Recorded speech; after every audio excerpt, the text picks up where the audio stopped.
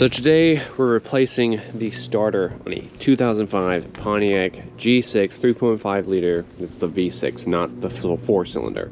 First thing we're going to do, we're going to disconnect the hot off the battery.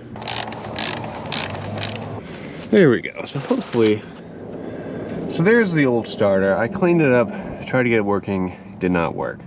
So in order to remove this, first of all, we're going to have to remove, and this is the front of the car. It's right here, your oil filter. So in order to remove this, we've got this, which I believe is a 10mm bolt, and then right here, which is a 10mm bolt. Then you've got these, which I believe are 15, and then the starter has these 2 bolts. So the first thing we're going to do is we're going to go ahead and get rid of this thing, which is all 15mm bolts. Oh yeah, I forgot. I already kind of loosened these, but these, I was able to undo these with just a ratchet. And yeah, I know it's not all the way on there, but I got them at least most of the way off, so I don't feel bad doing it at a low speed. Alright. Alright. So now that that's removed, you see where that goes. We're going to remove this bolt, and this thing will slide out. There we go. Alright, now that's been removed, it's just these big bolts. That one's a really long bolt, and remember that long bolt goes up here, short bolt out that one. I mean, it's pretty easy to remember, but just in case. Now, you might not want to remove this one all the way, because you're going to have to undo three connectors. So, to show you what I'm talking about on the new starter, just so you get an idea. Basically, you see those 3 connectors right there? Well, you have these 3 connectors right here. So you have to use 2, I think it's 14mm on the bottom ones, and then an 8mm on the top. And you just copy the wiring, essentially.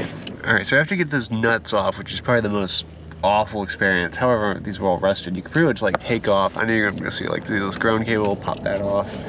These on the top, you're gonna kind of have to, they were really tough to get off the first time, but there's 2 cables right there. And then this pretty much, oh yeah, I gotta take out this bolt real quick, hold on.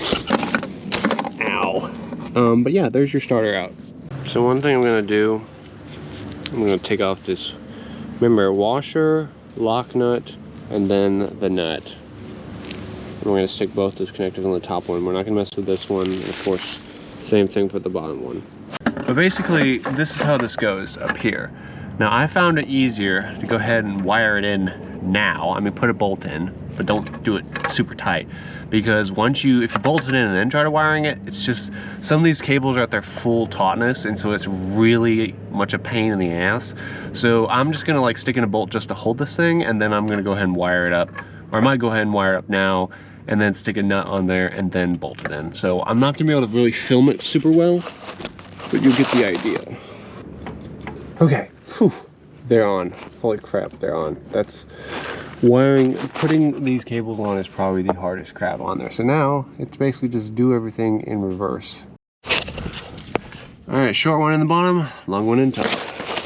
So that's in, and that's really the majority of it. The rest of this is pretty much just tightening all this crap up. I mean, we gotta tighten all these connectors down. I'll tighten those down. Let's just do everything backwards. The 8mm down.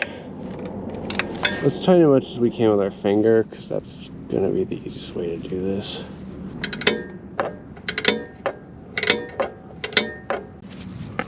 Which is just like that. All right, we'll socket it up. This one right here.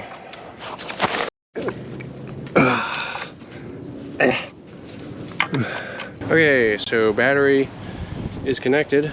Hopefully this was my issue. If not, this is how you replace it. Enter into the dungeon.